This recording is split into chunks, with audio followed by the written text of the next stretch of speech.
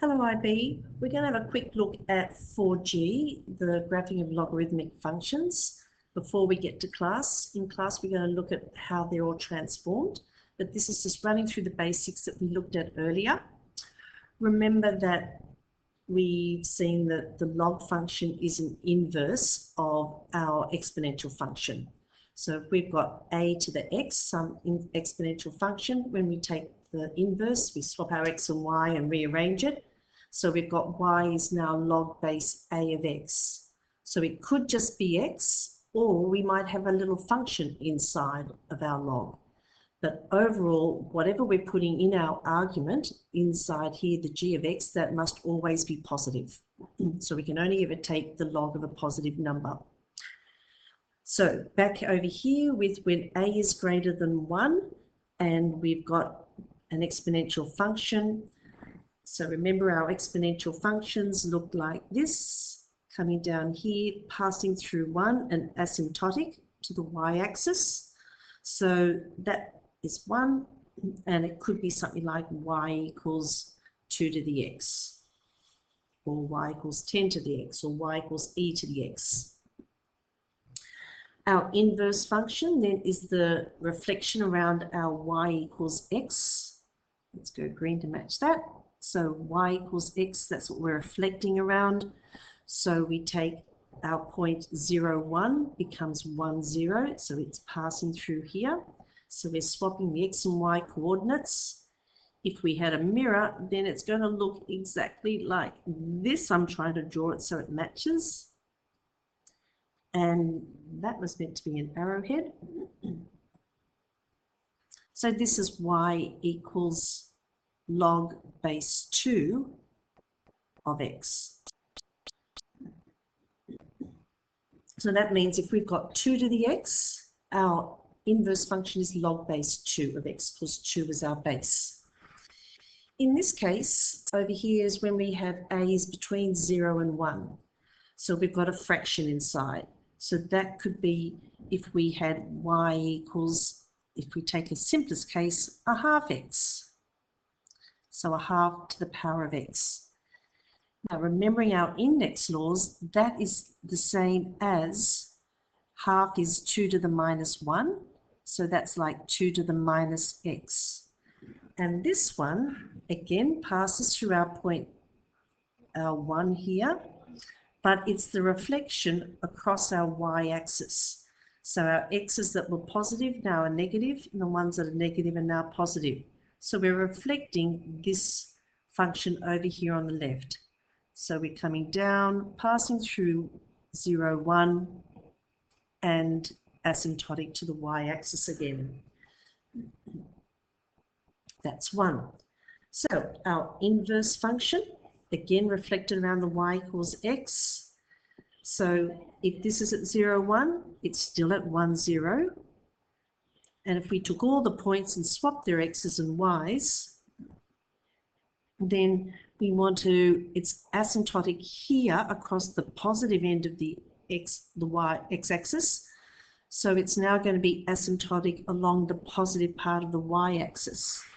So drawing that, we're coming asymptotic there. It's crossing together there through 1 and trying to keep it drawing so it matches.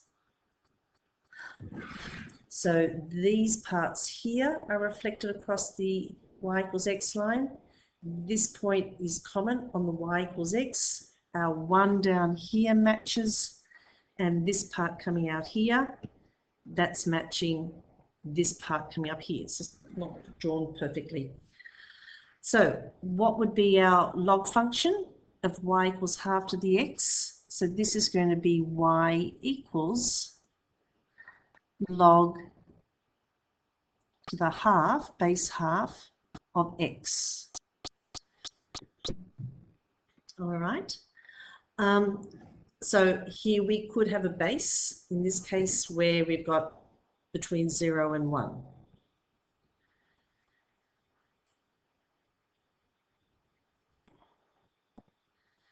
I was just thinking before we look at domain and range, we were talking about changes of base last lesson, And we can see that this function here is the same as this function, but reflected around the x-axis. In other words, that's been flipped up and down vertically to make this function here. So in other words, we could also write this, oh, we've got a red pen. We could write that as y equals minus log base 2 of x. And if we did the change of base rule, we'd come out with that same answer. So this is a vertical reflection, and that's where we're going to in this section. So just filling in now all our domain and range. For y equals a to the x, and we'll just take with a is greater than 1, our domain is x, is an element of all real numbers. So we can see we can put any x into that. And our range, though, is only for y greater than 0. So we can't have an exponent come out. So we can't have and make a negative number or 0 with any choice of power on x. Our asymptote here, remember, is always written as an equation, y equal to 0. For our log base a of x, and note our domain and range is the same even if the a is between 0 and 1. For our log base a of x, our domain x, we can only use positive values of x. So our x is greater than 0, and the y values that come out, we can use, imagine that squashed back onto the y-axis. So our y values can be any value. And that should also ring a bell when we take our inverse. If we look, oh, this pen's not writing nicely today. I'm not writing nice with it. So note that these are the same. It's just that we've swapped our x and y's over.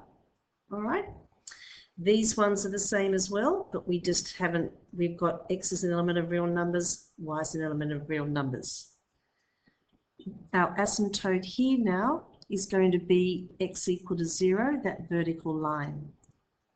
So again, for the inverse function, x's and y's are swapped with the same asymptote.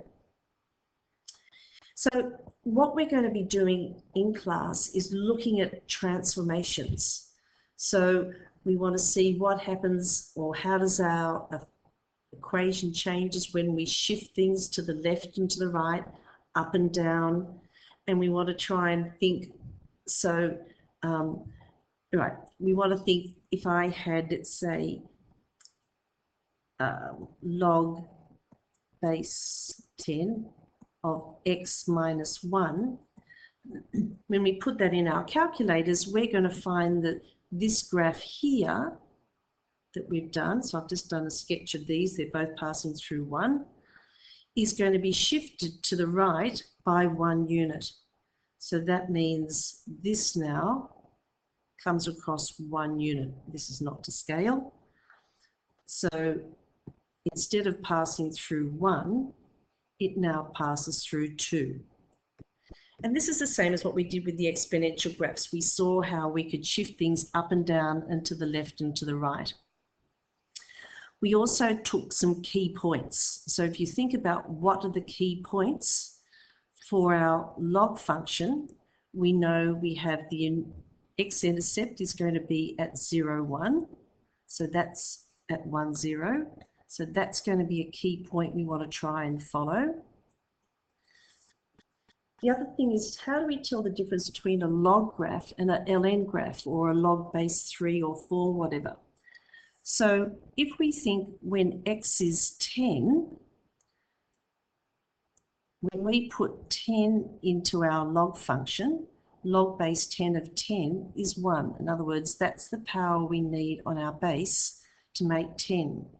So that means somewhere out here on our graph, when we get to, let me shift this out. When we get out to 10, somewhere out here, whatever the scale is looking like, then that should be giving us a y value at 1. So that must be across wherever it is over here is at 1. It's all a bit on top of each other at the moment. Oh, I don't want to shift that. Can I shift this? All right. So this point here will be up somewhere on our graph where we have x coordinate is 10, y is 1. So that's how we spot whether we're in, look when y is 1 to see what's the x value. Is it at 10? For ln, it should be at 2.718. If I had log base 4, if we go for another colour, is between 2.718 and 10. So it will be a graph in here.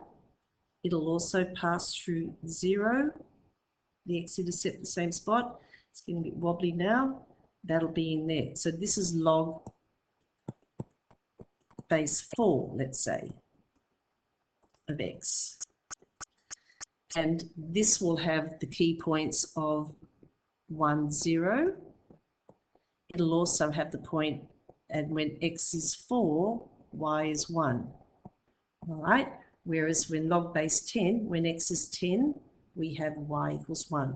So that's what we're going to be using to spot which function is which. And then we're going to think what happens when we shift these across.